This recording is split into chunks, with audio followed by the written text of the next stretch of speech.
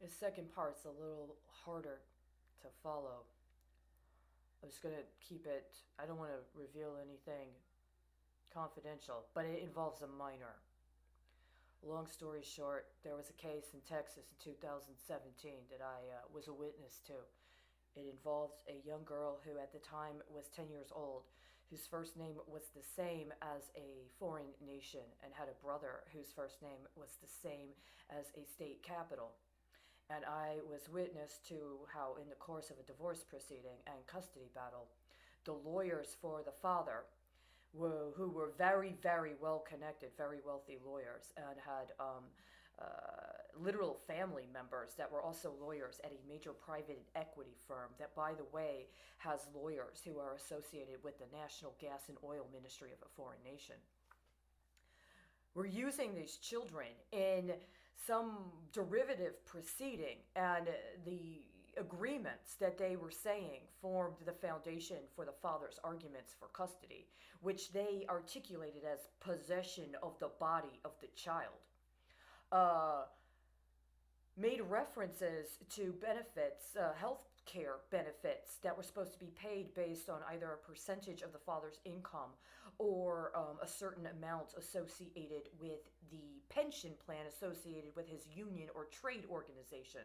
The way it was articulated led me to believe that what they were specifically doing was using these clauses regarding provision of health benefits for the child as part of a kickback scheme to launder benefits from Medicare and Social Security into pension schemes. And this was part of my efforts to support this woman who was not from the United States originally in her custody proceeding and her divorce proceeding. At some point, the retaliation that was visited upon her by these lawyers and the behavior of the court was so extreme that I ended up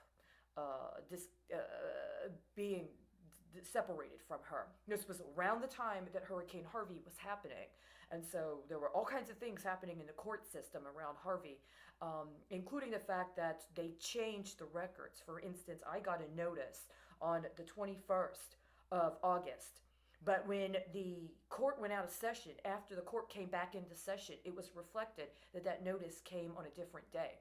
And now all of the court records reflect that different day. And I believe this happened with other court filings.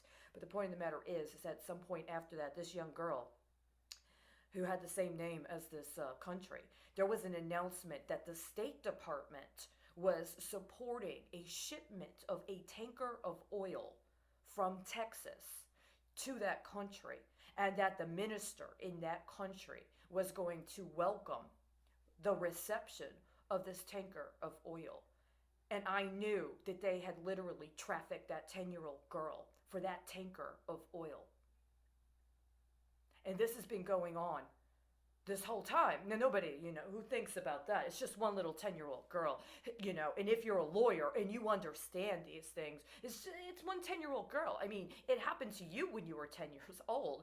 I mean, you take it on the chin. This is part of it.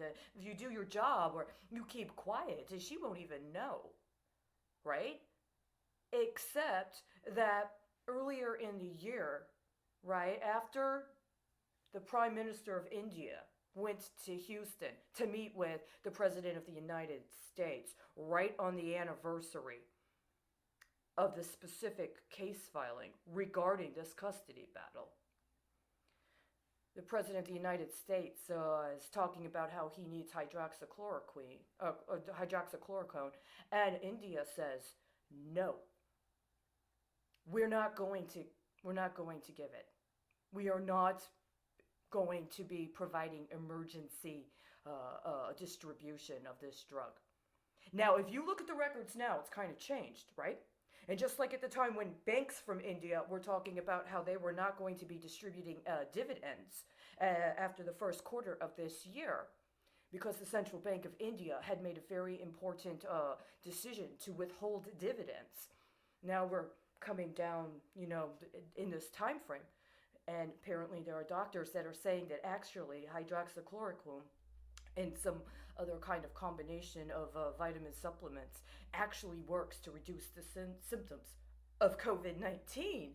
But somewhere is getting lost these other very apparently important issues around how COVID 19 is being used as leverage for other political issues, including issues connected to using child assets in consideration of natural resources that are very important for national defense or national security policy.